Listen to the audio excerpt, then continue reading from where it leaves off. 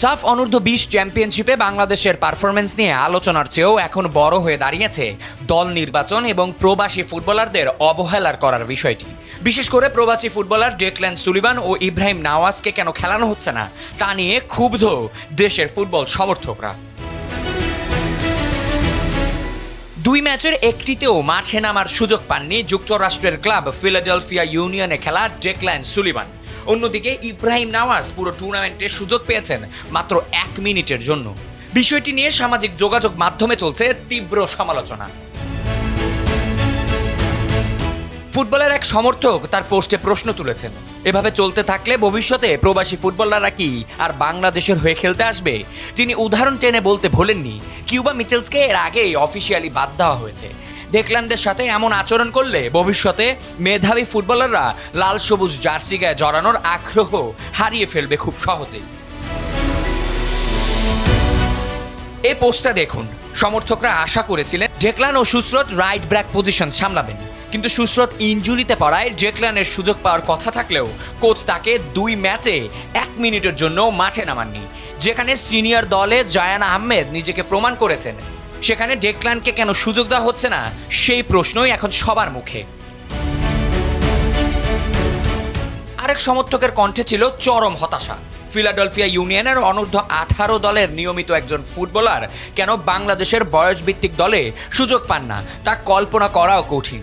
একজন প্রতিভাবান খেলোয়াড়কে বেঞ্চে বসিয়ে রেখে তার আত্মবিশ্বাস নষ্ট করার দায়ভার টিম ম্যানেজমেন্টকেই নিতে হবে বলে মনে করেন তিনি। ডাগআউটের ব্যর্থতা নিয়ে সমালোচনায় মগ্ন ফুটবল অ্যানালাইসিস ভিত্তিক পেজগুলো। ডেকল্যান সুলিভান ও ইব্রাহিম নাওয়াজকে সঠিকভাবে রিড করতে পারেননি বাংলাদেশ দলের কোচিং স্টাফ। ম্যাচের পর ম্যাচ একই ভুল এবং ট্যাকটিক্যাল প্ল্যানের অভাব স্পষ্ট হয়ে উঠেছে তাদের সিদ্ধান্তে। সাহসী সিদ্ধান্ত নিতে না পারায় দলের সম্ভাবনা নষ্ট হচ্ছে বলে মনে করেন তারা।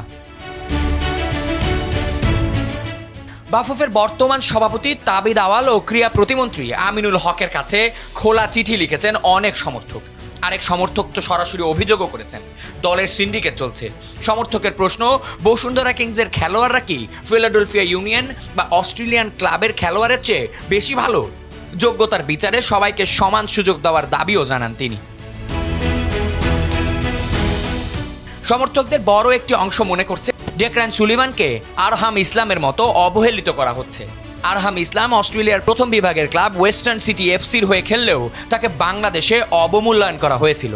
এখন ডেকল্যানও যদি সেই একই রাজনীতির শিকার হন, তবে দেশের ফুটবল বড় এক সম্পদ হারাবে। বিভিন্ন ফুটবল গ্রুপে সমর্থকদের দাবি ছিল ডেকল্যান, ইব্রাহিম ও স্যামুয়েলকে মাঠে নামিয়ে ম্যাচের নিয়ন্ত্রণ দেওয়া হোক। তারা মনে করেন প্রবাসী ফুটবলারদের আধুনিক ফুটবলের জ্ঞান কাজে লাগাতে পারলে বাংলাদেশ আরও ভালো ফলাফল করতে পারবে।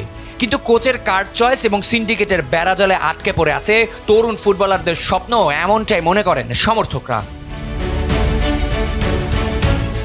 সব মিলিয়ে দেশের ফুটবল আঙ্গনে এখন একটাই দাবি, ব্যক্তিগত পছন্দ বা সিন্ডিকেট নয়, পারফরমেন্স আর মেধার ভিত্তিতেই সাজানো হোক জাতীয় দল।